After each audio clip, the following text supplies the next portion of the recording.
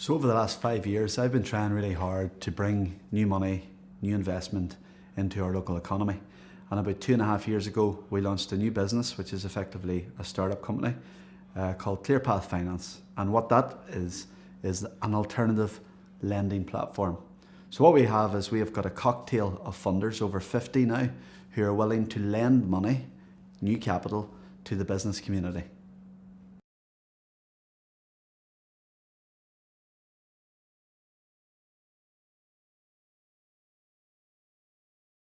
So one of the main challenges facing any business today is access to finance, access to new capital, access to new money. So the main problem that we're solving right now with our cocktail of funders, over 50 funders now on our platform, is we have brought new money, over £30 million, to the local economy in the last 18 to 24 months.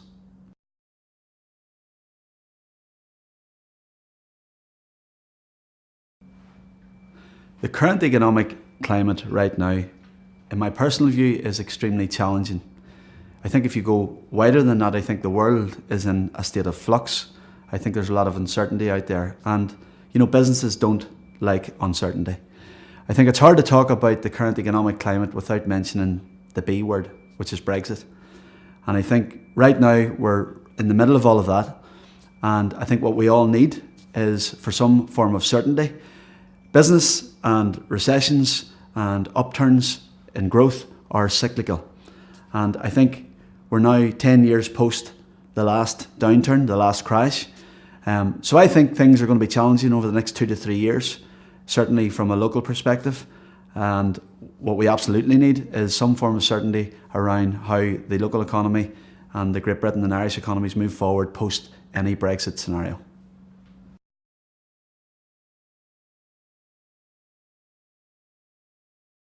I think the interesting thing about the business environment today is that there are so many challenges out there. I see we have a number of businesses. We have a debt business, we have a funding business. So I'm dealing with business people all the time and entrepreneurs all the time. And I think whenever you're in this kind of climate, which is very uncertain and there's lots of questions and lots of challenges out there, I think it's become more important and more apparent that not only are you working in your business, but you're actually on your business. And for me, that means that you're continually reviewing the business performance, that you're continually reviewing your cash flow positions, that you're continually reviewing your staff, that you're continually reviewing, maybe every 3 months, your debt positions and your debtor books. I think if you are to do that, there's so many people who are busy out there and they think they're busy and their business is going well. But what they absolutely, a lot of people neglect is the important parts of the business. And those are the things that I've just mentioned. So in times of uncertainty, in times when you're challenged, I think it's incumbent upon any business owner to do quarterly reviews of, I suppose, everything that affects their business.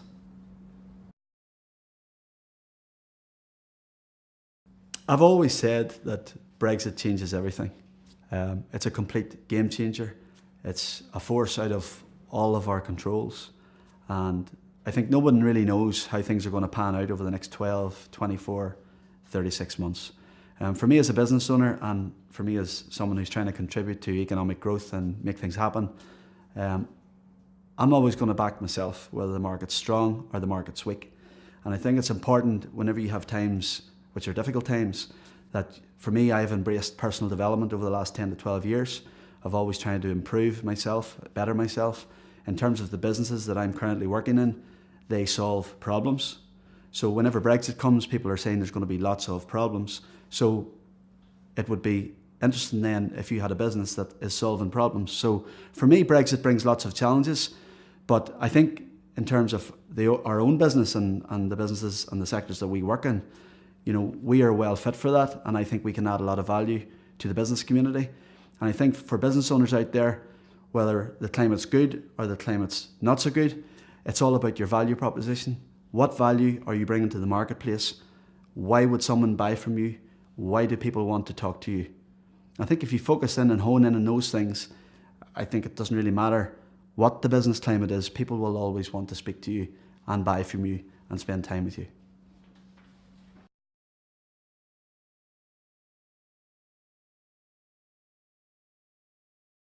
So we're 2.5 years into this journey with Clearpath Finance.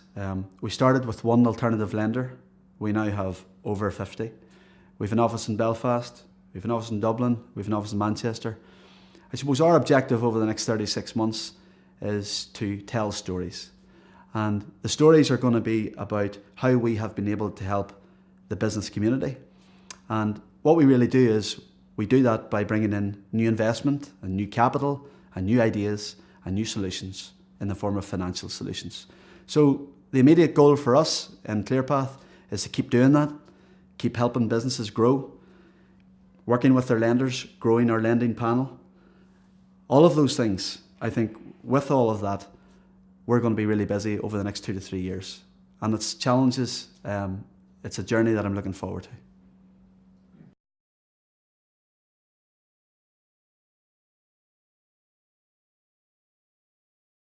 Yeah, so look, I'm someone who's usually passionate about life. I'm usually passionate about business. Outside of my business, I have a different life. I do a lot of endurance, long-distance triathlons called Ironmans. And I think over the last 3 to 4 or 5 years, I also live every day with an autoimmune condition for the last 12 years. And I think where I'm at now in my life is I'm someone who has tremendous discipline. And I've had to become someone who operates on that basis.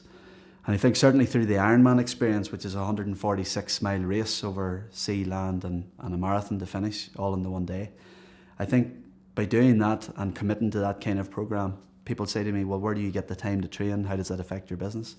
I think for me, the overriding outcome of me committing to that kind of sport has meant that everything in my life has improved because I'm now healthier. I'm able to fight my condition.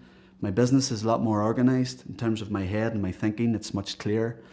And I say to people, I mean, one of the great skills of life, I think, is becoming extremely disciplined. The worst place to be in life is in the comfort zone. You know, it's not a place to be. If you're in the comfort zone, you're going to invite disease, you're going to invite problems. It's going to be never ending and you may spiral out of control. So for me, in terms of my business life and my personal life with my endurance life, it's all wrapped up into an incredible force of discipline, I think, which I think hopefully is now benefiting me in every aspect of my life. So I started out in business for myself with my business partner in 2010. And over the last 9 years, we've seen hundreds of people. Everyone is very unique and everyone is very different. But you know, it's incredible. Everybody you meet is very, very busy. And I just think, and over the last 2 to 3 years, there are 3 questions in life that I think each of us need to, number 1, ask ourselves. And number 2, think about the answers. And then thirdly, and most importantly, be able to answer these 3 questions. And I think if you're at a point in your life where you can answer these 3 questions, then really you can then go on and realize your potential. And they're big questions and they're uncomfortable questions. And the first one is, who are you? The second one is, what do you want? And the third one is, how are you going to get it? And I think in life it's taken me to where I am now in my life to get to that point, to realize that I needed to ask myself these questions and then be in a position to answer those questions, where I now find myself in a position where I'm contributing to the business community, and outside of my business life, my personal life is now back in some form of order, and I'm looking forward to the future.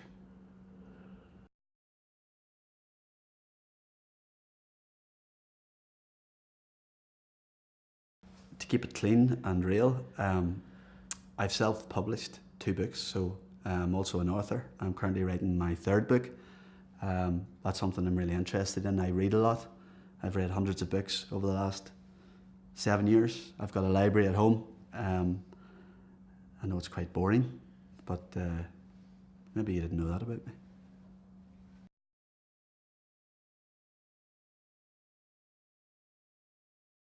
So I think over the years, certainly whenever we started our own business, you know, I've seen hundreds of people on a one-to-one basis. I've met with lots of businesses over the years.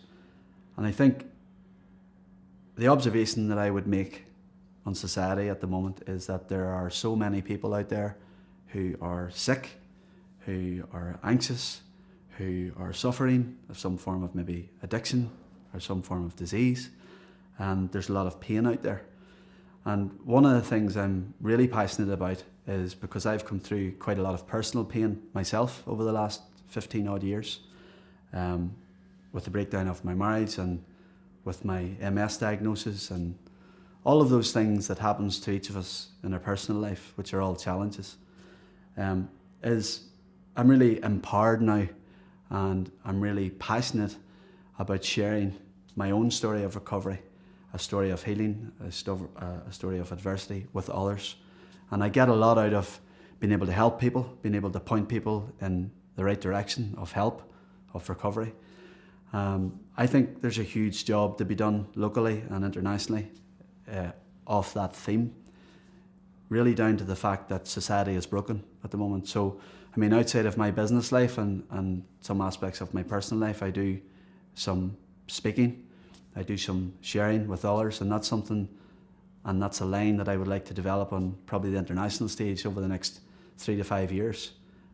Going around talking to people, sharing with people, sharing stories of recovery, stories of healing, trying to help people. So that's something that sits deep within my heart, that I'm passionate about adding some value to that kind of conversation.